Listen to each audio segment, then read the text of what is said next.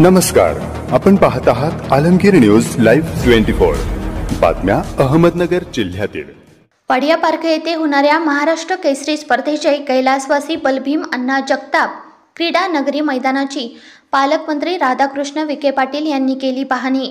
आमदार संग्राम जगताप यांच्या नियोजनामुळे महाराष्ट्र केसरी कुस्ती स्पर्धा राज्याला दिशादर्शक ठरेल।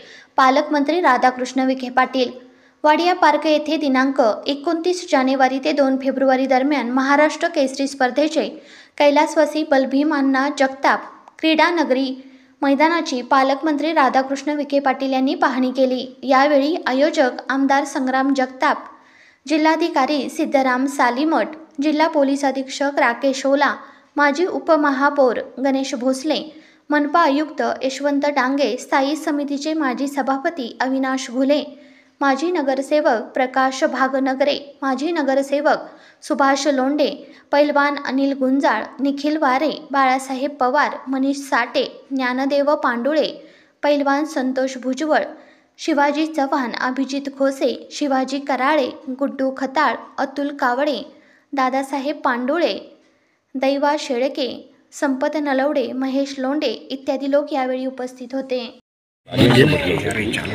सरकार नवीन आलेलं आहे, नव्यानं स्थापन झालेल्या सरकारपुढे आव्हानं बरीच आहे आणि आरक्षणाबद्दल सरकारची भूमिका सकारात्मक राहिलेली आहे। अतिशय पहिल्यापासून भूमिका स्पष्ट झालेली आहे की इतर कोणत्याही आरक्षणाला धक्का न लावता मराठा समाजाला आरक्षण द्यायचं।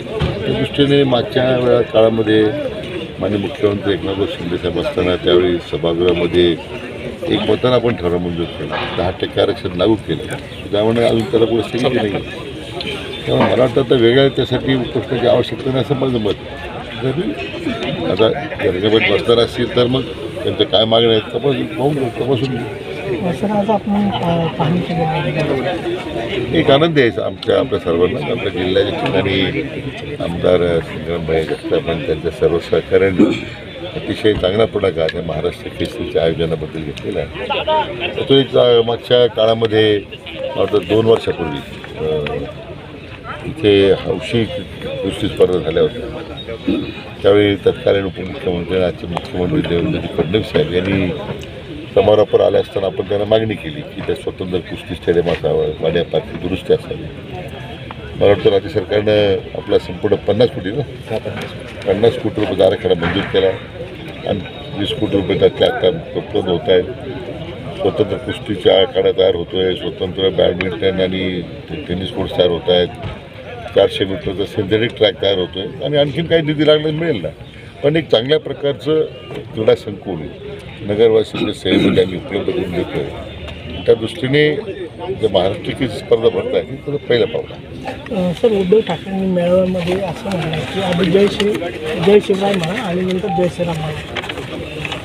आता उद्धव ठाकरेकडे ना जय श्रीराम म्हणण्याचा अधिकार राहिलेला आहे ना जय शिवराय म्हणण्याचा अधिकार राहिलेला आहे। ज्या दिवशी त्यांनी औरंगाबादला संभाजीनगरला औरंगजेबाच्या कबरीवर फुलाची उधळण केली, देवदातीकरण केले, त्या दिवशी त्यांचं हिंदुत्व म्हणण्याचा हिंदुत्वाचा अधिकार त्यांचा संपलेला आहे। ज्यांचे अधिकार ज्यांनी गमावलेले आहेत त्यांनी आम्हाला वेगळं शिकवण्याची गरज नाही आहे। पालकमंत्री आमदार विखे पाटील साहेबांनी आज मैदानाची पाहणी केली, नियोजनाची पाहणी केली। निश्चितच चांगल्या स्पर्धा झाल्या पाहिजेत आणि महाराष्ट्रामध्ये महाराष्ट्र केसरी होती म्हटल्यानंतर राज्यातले ह्या कुस्ती क्षेत्रामधले अनेक मल्ल असतील किंवा क्रीडा क्षेत्रामधले क्रीडाप्रेमी मंडळी असतील, हे सगळेच या स्पर्धेकरता राज्यातून सहभागी होणार आहेत आणि म्हणून त्यांचा सहभाग होत असताना आपल्याला जिल्ह्याचं नावलौकिक हे चांगल्या प्रकारे असलं पाहिजे, त्याच्याकरता त्यांनी पाहणी देखील केलेली आहे आणि वेगवेगळ्या सूचना देखील ह्या नियोजनाकरता त्यांच्याकडून आलेल्या आहेत। निश्चितच या स्पर्धा उत्तम कशा होतील आणि एक प्रत्येक पैलवानाला एक चांगल्या प्रकारे याच्यातून तो इथून घेऊन जात असताना ह्या कुस्ती क्षेत्रातलं एक चांगलं ज्ञान अजून कसं घेऊन जाईल याच्यामध्ये बारकाईने लक्ष देण्याचं काम आमच्या सर्व संघटनेच्या वतीने केलं जाईल अशी एक खात्री, विश्वास त्यांना देण्यात आलेला आहे।